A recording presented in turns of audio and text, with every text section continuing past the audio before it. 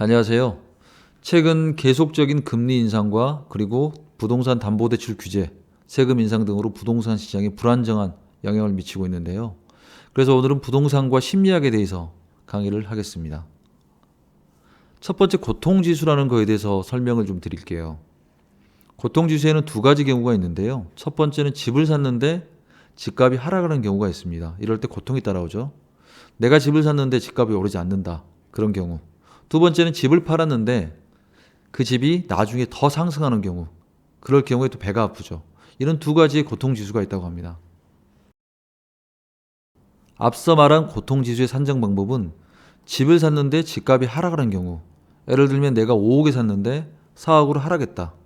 그러면 하락한 가격에 1억 곱하기 1000이 고통지수라는 거죠. 두 번째는 내가 집을 팔았는데 나중에 집값이 더 상승하는 경우, 그러면 내가 4억에 샀는데 똑같이 4억에 팔았는데 조금 지났는데 5억에 팔리더라.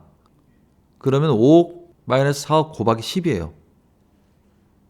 위에는 1000이고 밑에는 10인 이유는 인간은 기본적으로 회피 본능이 있고 리스크에 대한 보상 심리가 굉장히 강해서 하락한 가격 차이가 상승한 가격 차이 100배만큼 더 고통스럽다는 겁니다.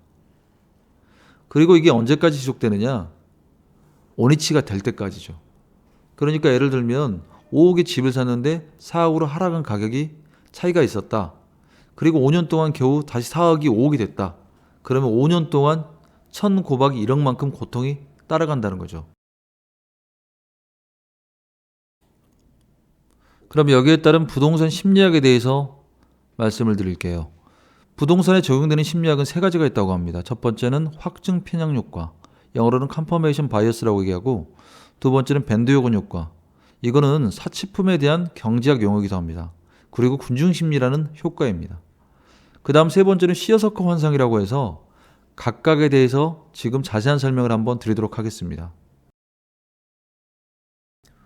첫 번째 확증 편향 효과는 부동산 심리학이면서도 일전에 금융과 시행 강의에서도 말한 것처럼 잘못된 판단으로 잘못된 행동을 하는 것을 휴리스틱 앤 바이어스라고 합니다.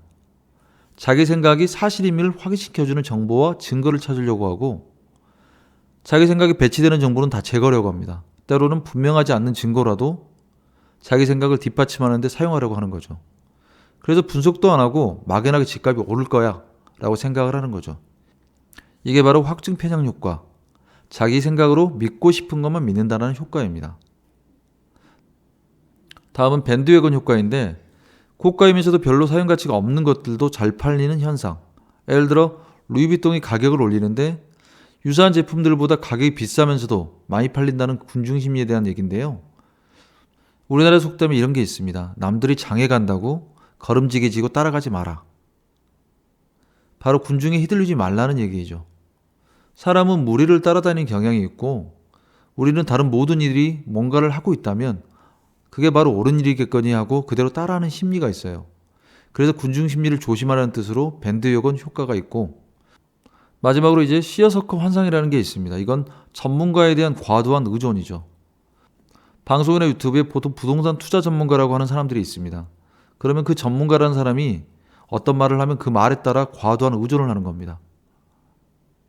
그런데 이런 말이 있습니다. 모든 애연자마다 속아주는 사람이 있다 라는 말이 있죠. 그러니까 우리가 속고 있다는 것을 못 느낀다는 겁니다. 어떤 전문가라 해도 항상 또는 대부분에서 옳을 수는 없는 겁니다. 저 또한 부동산에 대한 여러 가지 예측과 주장을 하고는 있지만 저를 포함해서 사람들이 다 옳다고 생각해서는 안 됩니다. 그러니까 여러분들이 전문 지식을 스스로 습득하고 스스로 판단하고 스스로 결과에 대해서 책임을 지는, 스스로 공부를 하는 것만이 유일한 길입니다. 네, 다음은 최근 구독자 중 한 분께서 2022년에는 집값이 오를까요 내릴까요 라고 질문을 해주셨는데요. 저는 집값에 대한 예측보다는 추후에 한번 경제학적 관점으로 한번 영상을 준비하겠습니다. 그리고 다음에 준비할 영상으로는 부동산 PF에서 중요한 사업 수지의 분석법과 작성법에 대해서 준비를 하겠습니다. 감사합니다.